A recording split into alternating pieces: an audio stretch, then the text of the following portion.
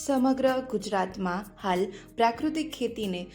પ્રોત્સાહન આપવા માટે જુદી જુદી તાલીમો યોજાઈ રહી છે, જેમાં મહેસાણા જિલ્લામાં ખાસ કરીને ગ્રામીણ બહેનોને, સખી મંડળોને હાલ પ્રાકૃતિક ખેતીની તાલીમો અપાઈ રહી છે, જેમાં પ્રાકૃતિક ખેતીના જુદા જુદા આયામો બહેનોને શીખવવામાં આવ્યા, જેથી બહેનો તેમના ગામમાં જઈને બીજા લોકોને પણ પ્રાકૃતિક ખેતી કરવા માટે પ્રેરિત કરી શકે, આથી તેઓ પણ પ્રાકૃતિક ખેતી કરીને આપણી જમીનને બચાવી શકે। જાણીએ। હું પાંચમ ગામમાંથી આવું છું। આપણે અહીંયા બધા અલગ અલગ ગામડામાંથી અહીંયા જે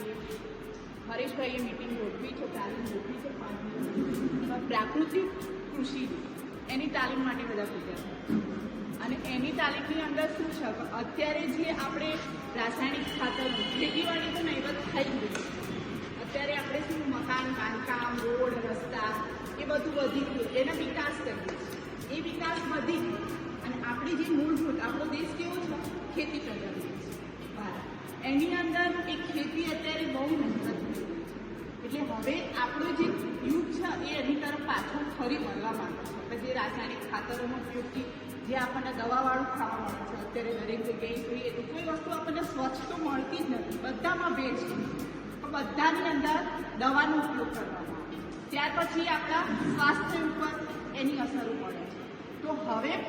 પાછળનો યુગ એ ખેતી તરફ વળવા લાગ્યો છે। તો ખેતી શા માટે, એમાં પ્રાકૃતિક ખેતી શા માટે, તો એનું કારણ છે આપણને એક તો સારો ખોરાક મળે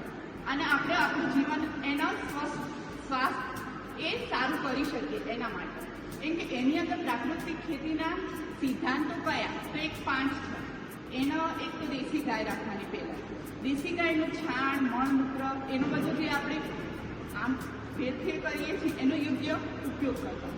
અને આ 5 આયામો છે, તો જીવામૃત, બીજામૃત, પછી આચ્છાદન, ભેજ, વાપસા, આ બધાનો ઉપયોગ કરીને અને આમાં કોઈ એટલો બધો ખર્ચો પણ નથી કે જે આપણે ઘરે પણ કરીશું અને એ નહિવત ખર્ચામાંથી આપણે સારી ખેતીવાડી કરી અને સારો ખોરાક પ્રાપ્ત કરી શકીએ અને આપણું જે જીવન છે હવે પાછલી પેઢી જે જોખમમાં મુકાય છે એના હવે આપણે સ્વાસ્થ્ય એમનું સાચવવા માટે આ ઉપયોગ કરવો પડશે અને જે આપણા સૂક્ષ્મ જીવાણુ જે આપણા હાજર છે, જે જમીનની અંદર છે એનો ઉપયોગ કરવાનો છે। એ જમીનને જે ફળદ્રુપતા ઘટી ગઈ છે, આપણે રાસાયણિક ખાતરો, આ બધી દવાઓ એ બધો ઉપયોગ કરીને એની જે આપણે ફળદ્રુપતા ઘટી છે એનો વધારવાની છે,